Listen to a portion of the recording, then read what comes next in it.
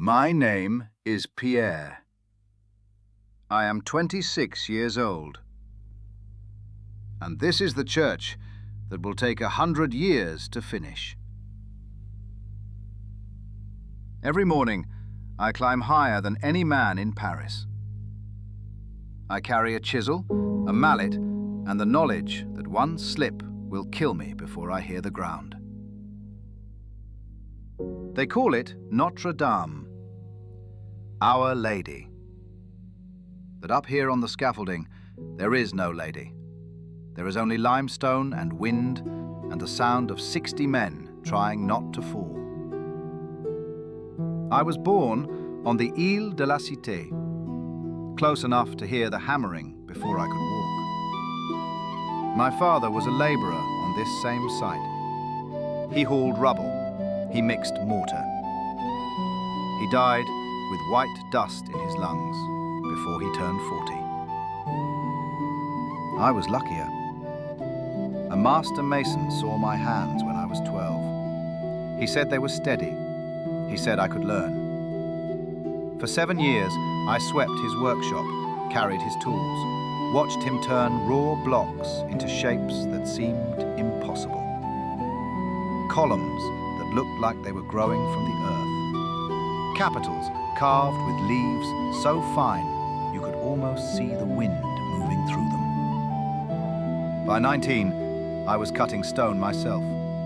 By 23, I could carve a voussoir for an arch that fit so perfectly you could not slide a blade between the joints.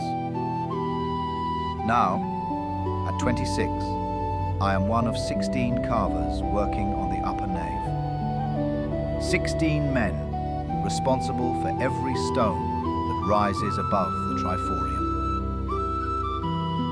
The limestone comes from the quarries at Saint-Loup.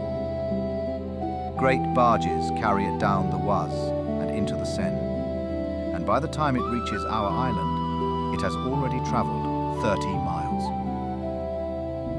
The stone arrives rough, square-faced, cold to the touch even in summer.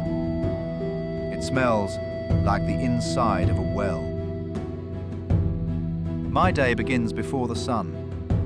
I cross the Pont au Change in darkness, following the sound of the treadwheel turning.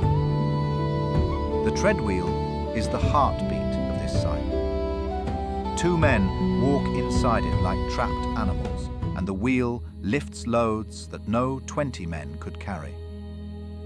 It groans and creaks with every rotation, and you learn to read the sounds. A steady creak means the load is manageable. A high whine means the rope is stretched too tight.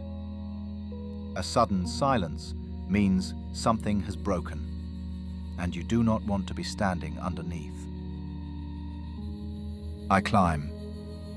Every morning I climb. The scaffolding is oak and rope and prayer. The planks are narrow. Some mornings they are wet with rain and slick as river stones. You place each foot with the care of a man crossing ice, and you do not look down, because looking down is how men lose their balance and their lives. At the top, Paris spreads out below me like a map drawn in mud and smoke. I can see the river curving. I can see the rooftops packed so tight they seem like one continuous surface of thatch and timber. On clear mornings, I can see the fields beyond the walls, and for a moment, I forget that I am standing on a plank of wood 60 feet above the earth, with nothing between me and God but open air. The Mason's Lodge sits at the base of the North Tower. It is where we sharpen our tools, study the templates, and eat our bread. The templates are the most important things on this site. More important than the stone, more important than the men. They are wooden patterns cut to the exact curve, angle, and profile of every piece the cathedral needs. If you carve to the template, the stone will fit. If you guess, it will not. There is no room for guessing when you are building a church for God. My tools are simple. A pointing chisel for rough shaping, a claw chisel for the middle work, a flat chisel for the finish, a wooden mallet because iron on iron would shatter the chisel head, and a banker, which is the flat stone I work on. That is all. 5 things between a raw block and a piece of a cathedral. The master builder is a man named Jean. He carries parchment drawings that show the shape of things we will not build for another 20 years. He understands geometry the way a priest understands scripture. He can look at a wall and tell you where the weight is going before the wall knows itself. I do not understand his drawings, but I understand his stone. The clink of the chisel is the first sound of every day and the last sound of every night. You hear it in your sleep. You hear it in your prayers. After a while, you stop hearing it as sound and start feeling it as rhythm, like the beating of your own heart moved into your hands. I carve a block, and it takes me 3 days. 3 days of sitting on a wooden stool with my legs braced against the banker, dust coating my arms and face and collecting in the creases of my neck. The dust is the thing that follows you home. You wash and it comes back. You eat and you taste it. You lie down at night and cough it up. And in the morning you climb back up and make more. The men around me are from every corner of France. Normans, Burgundians, Picards, a few from as far as England and the Rhineland. We do not always understand each other's words, but we understand each other's hands. A good mason's hands tell you everything. The calluses, the nicks, the angle of the thumb when it holds the chisel. You can read a man's skill in his grip. Some men carve plain ashlar, flat faces, square edges, no ornament. Honest work, but simple. Others carve the tracery for the rose windows, and those men are artists in a way that I will never be. Their hands move with a lightness that defies the weight of the stone. I carve the voussoirs, the wedge-shaped stones that form the arches. Each one must be cut to a different angle, and each angle must be exact, because an arch that is even slightly wrong will not hold its own weight. An arch is a promise. Every stone leans on the next, and none of them can stand alone. Remove one, and the whole thing falls. I think about that every time I set my chisel. We lost a man last month, a laborer named Gilles. He was carrying mortar on the upper scaffold when a plank gave way beneath him. He fell 40 feet and landed on the rubble pile below. He did not cry out. The fall was too fast for sound. One moment he was walking, and the next moment he was not. They carried him to the river and washed his face. The priest said words over him before sunset.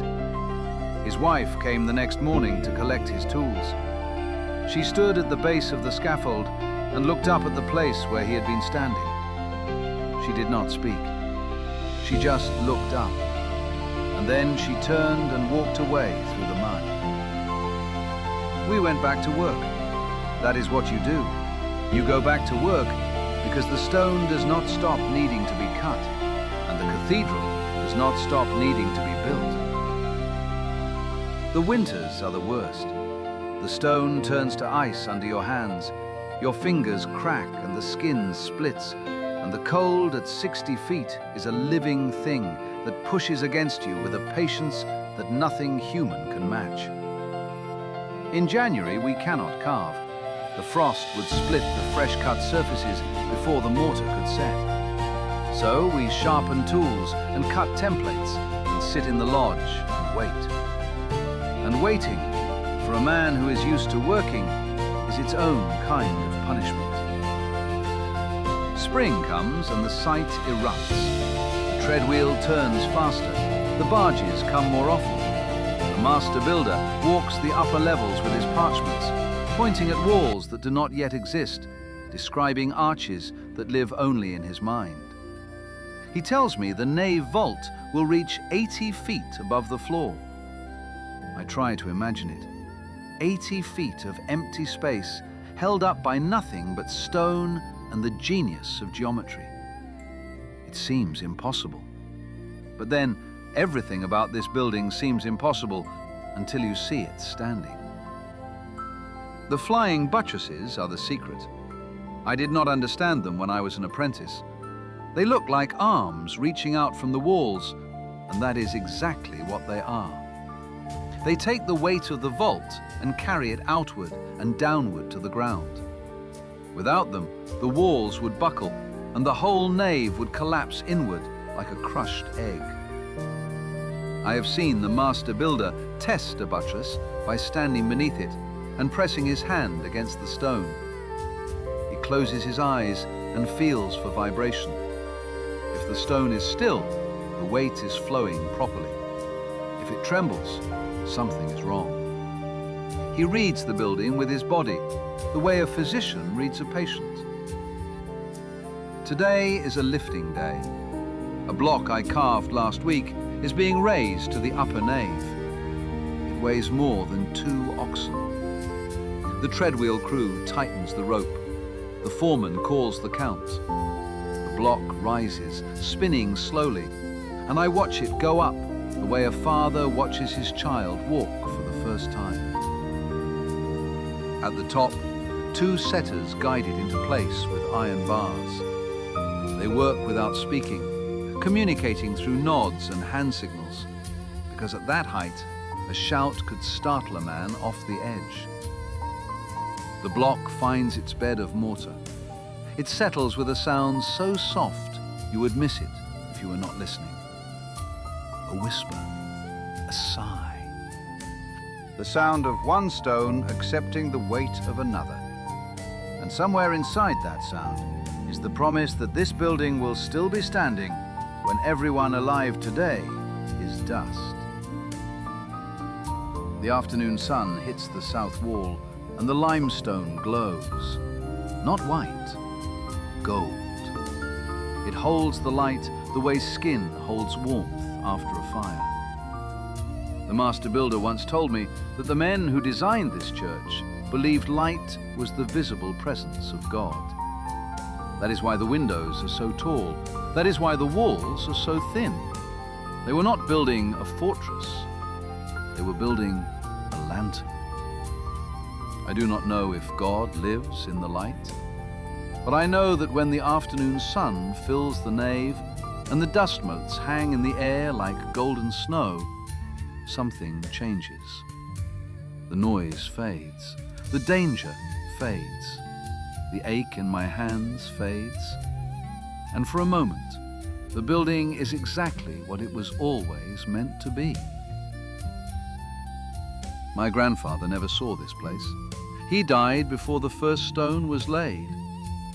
My father saw the foundations and the lower walls. He died before the triforium was finished. I have seen the upper nave take shape. I have watched the walls rise past the clerestory windows. I have set stones that will hold up a vault I may never stand beneath. And that is the strangest part of this work. You give your life to a building that will not be finished in your lifetime. You carve your stone, you set it in place, and you walk away knowing that the man who finishes what you started has not yet been born. There is a mark on every stone I cut, a small cross inside a circle, my mason's mark. It means I was here. It means these hands touched this stone. It means that long after my name is forgotten, the work of my hands will carry weight. I think about the men who will come after me, the carvers who will shape the towers, sculptors who will fill the portals with saints and sinners. I will never meet them, but I know them. I know their hands will ache the way mine ache. I know their fingers will split the way mine split. I know they will climb the scaffold every morning and look down at Paris and wonder if today is the day the plank gives way. And I know they will climb anyway, because the building asks and you answer. There are things you cannot explain about this work. The weight of a well-cut stone in your hands. The way a finished joint disappears into the wall as if it were always there.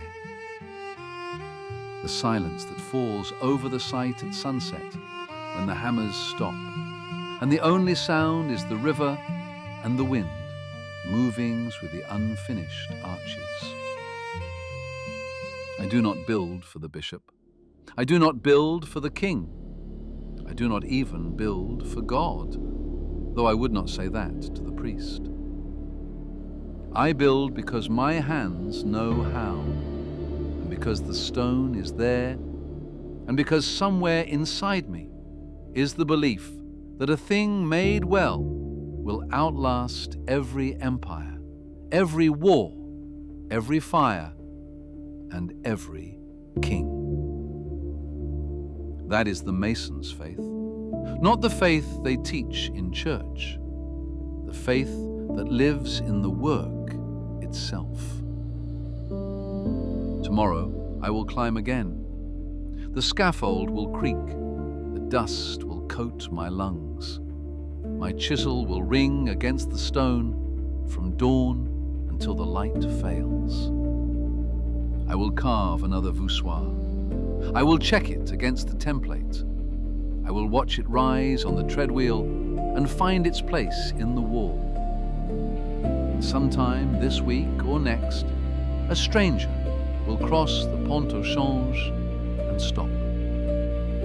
He will look up at the cathedral rising above the rooftops, this impossible thing of stone and light, and he will wonder who built it. He will wonder how. He will wonder why. He will not know my name. He will not know that I sit on a wooden stool every day and breathe stone dust and grip my chisel until the skin splits. He will not know about Gilles, or the plank that gave way, or the widow who came for the tools. He will see the building and think it has always been there, that it grew from the island the way a tree grows from the earth. And in a way, he will be right, because the men who build a cathedral do not impose it on the land. They listen to the stone. They follow the grain. They let the weight find its path. And when it is finished, if it is built well, it will look as if it belongs, as if it was always meant to stand in this exact place, on this exact island, at the center of this exact city. I am Pierre. I am 26 years old. I am a limestone carver on the construction of Notre-Dame de Paris. I will never see it finished. No one alive will see it finished. It will take another 100 years, maybe more, and by then the men who laid the first stones will be forgotten, along with the men who set the last. But the stones themselves will remember. Every joint, every angle, every mason's mark scratched into the face before the mortar covered it forever. The stones will remember what we built. And if you listen closely, if you press your hand against the wall the way the master builder taught me, you might feel what we felt. The weight, the patience, the faith that a thing made well by human hands can stand for 1,000 years.